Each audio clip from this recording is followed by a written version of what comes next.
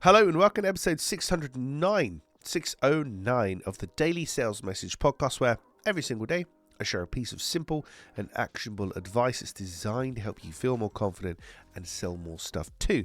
Now, in today's episode, we're talking about legacy names. And this is when the name of your business no longer pertains to what your business actually does, because the market has changed, other things have changed, and it represents a potential risk. Now, the main example I've got here, sadly and ironically, their name hasn't really affected the business that they're doing, but it's a good example of a legacy name in action. So here in the UK, we have a business called the Carphone Warehouse.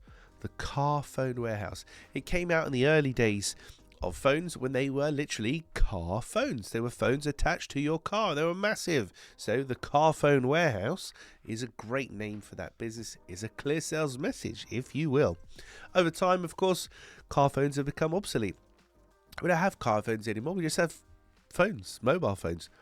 But the name of the business has stayed as the Carphone Warehouse. Now, admittedly, it's not affected the business that they do necessarily here in the UK, but their name no longer matches what they do. No, car phones don't exist anymore, and yet their business name has Carphone in it. Many years ago, I worked with a company in the technology space, the IT technology space, and their name was, and I renamed the business for them, but the original name was Building Zones. And they had a huge problem on a daily basis because people thought they were builders, essentially, because they had the word building in their titles. It's a fair assumption to make, isn't it? But when Wi-Fi and the internet and stuff first came out, Wi-Fi in particular in offices, places like that, there were zones of Wi-Fi that you would place into a building, and so building zones made perfect sense for that because, again, it was a clear sales message at the time. But as that notion of a zone became obsolete, the business name also became obsolete, and because it had the term building in it, on a daily basis, they were fielding inquiries from people who thought they were builders, didn't quite get it. So it was an unnecessary barrier to communication. So I renamed the business and overcame that for them.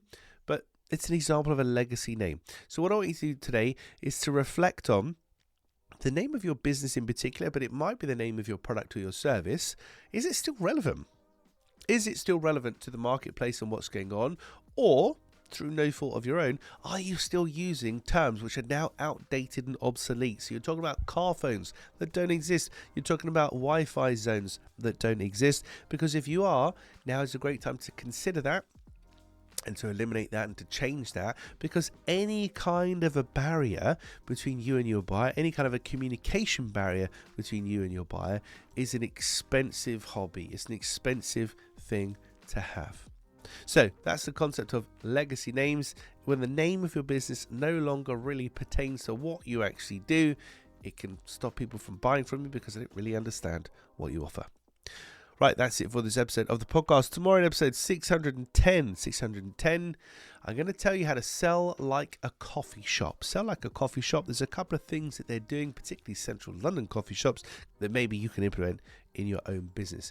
Thank you for listening or watching all the way to the end. I do appreciate it. I'll catch you tomorrow for a caffeinated edition of the Daily Sales Message.